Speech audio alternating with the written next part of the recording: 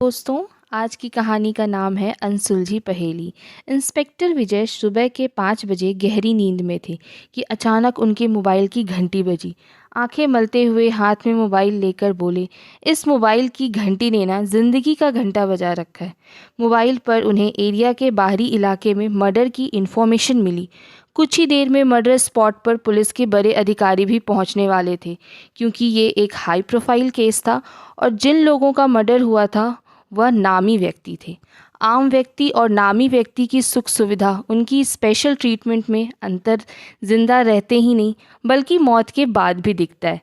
बड़े अधिकारियों ने सब विजिट करने के बाद इंस्पेक्टर विजय से डिटेल्ड इन्फॉर्मेशन शाम तक चाहिए ऐसा ऑर्डर देकर चले गए। इंस्पेक्टर विजय सोचते हैं, जितना टाइम आज तक मर्डर केस सॉल्व करने में लगाया उसका आधा समय भी लड़की खोजता तो शायद आज मेरी शादी हो जाती। अपनी गर्दन हिलाते हुए मन ही मन सोच रहे थे। इंस्पेक्टर विजय सारी डिटेल के साथ अपने सीनियर ऑफिसर के पास पहुंचे। सीनियर ऑफिसर, दोनों मर्डर की इनिशियल इन्वेस्टिगेशन रिपोर्ट क्या है? इंस्पेक्टर विजय, सर, दोनों मर्डर शहर के बाहरी इलाके में बंद पड़ी आइस फैक्ट्री में हुआ है। दोनों के शरीर पर एक जैसे मारपीट के निशान मिले हैं। दोनों विक्टिम की हत्या एक बड़े से हॉल में और एक दूसरे के सामने की गई है। एक का नाम मनोज है और दूसरे का संजय है। मनोज के हाथ बंधे हुए थे। उनके सीने में पसलियों के बीच में एक बड़ा घाव था जो कि गीला था। किसी धारदार बड़े मोटे हथियार से वार किया गया है। संभवतः उसका लिवर बुरी तरह डैमेज हुआ है। शर्ट पर खून के साथ साथ काफ़ी पानी के सूखे निशान मिले हैं। हत्या से संबंधित कोई हथियार बरामद नहीं हुआ है। बाकी तलाश जारी है। संजय की बॉडी फंदे पर लटकी हुई मिली। हाथ पीछे से बंधे हुए थे, मगर उन्हें फंदे पर ज़बरदस्ती खींचकर लटकाया नहीं गया, ना ही फंदे पर एक झटके में उसकी गर्दन में कसा है। फंदा धीरे धीरे कसा क्योंकि उनकी गर्दन पर रस्सी के रगड़ के काफ़ी निशान हैं। उनकी बॉडी ज़मीन से लगभग 15 से 20 इंच ऊपर मिली है। बॉडी के नीचे ज़मीन पर काफ़ी पानी फैला था। वहाँ कोई स्टूल या सामान नहीं मिला जिस पर उन्हें खड़ा करके उसे खींच लिया गया हो। हॉल खाली था, कोई सामान नहीं था। संजय के शरीर पर कपड़े और पैरों में जूते थे। ज़मीन पर पुरानी धूल जमी हुई थी जिस पर कातिल और दोनों विक्टिम के पैरों के निशान थे। उन दोनों का मर्डर क्यों हुआ, कैसे हुआ, ये एक मिस्ट्री है। सीनियर ऑफिसर, 2 दिन के अंदर investigation detail report, postmortem report मेरी आदेश पर होना चाहिए।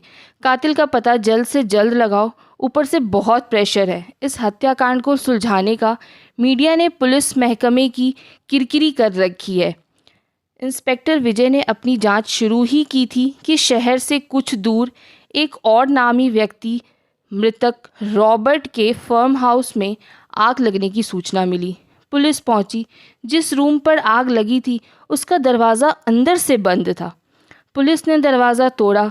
कमरा बुरी तरीके से जला हुआ था। कमरे में टेबल, कुर्सी, विंडो, एसी, डाइनिंग टेबल, कालीन, सब कुछ जल चुका था। किसी ने उसे बेहोश कर झाड़ियों में फेंक दिया था और कमरे के अंदर जो लाश है वो उसके साहब मृतक रॉबर्ट की है, जो कि कल रात यहाँ फार्म हाउस में आए थे। पुलिस भी परेशान थी कि अगर मर्डर हुआ तो दरवाज़ा अंदर से बंद कैसे था। कातिल मर्डर करने के बाद अंदर से बाहर कैसे आया। एक दिन में 3 मर्डर की खबर से मीडिया ने तहलका मचा दिया था। इंस्पेक्टर विजय, जब जहाँ जैसे लंका लगनी होती है तो लग ही जाती है। लंका की लंका लगाने से तो रावण भी नहीं बचा पाया था। अपनी गर्दन हिलाते हुए सोच रहा था। इंस्पेक्टर विजय अपनी टीम को लेकर इन्वेस्टिगेशन में लग गए, मगर कोई लीड नहीं मिली। सीसीटीवी में एक व्यक्ति की पहचान हुई। उसका मुंह ढका हुआ था। उसके बारे में कोई जानकारी नहीं मिल रही थी। पुलिस को खबर मिली कि उन्हें जिस हथियारे की तलाश है उसे कुछ गैंग भी ढूंढ रहे थे, लेकिन गैंग इस मामले में क्यों इन्वॉल्व है और उन्हें कातिल से क्या लेना देना, इसकी कोई खबर नहीं थी, ना पुष्टि हुई थी।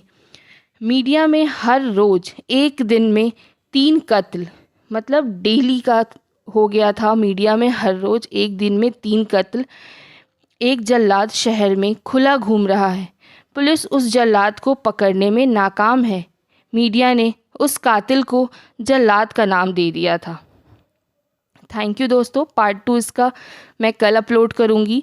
बाकी आपको ये कहानी कैसी लगी आप लोग ज़रूर बताना और सब्सक्राइब करना।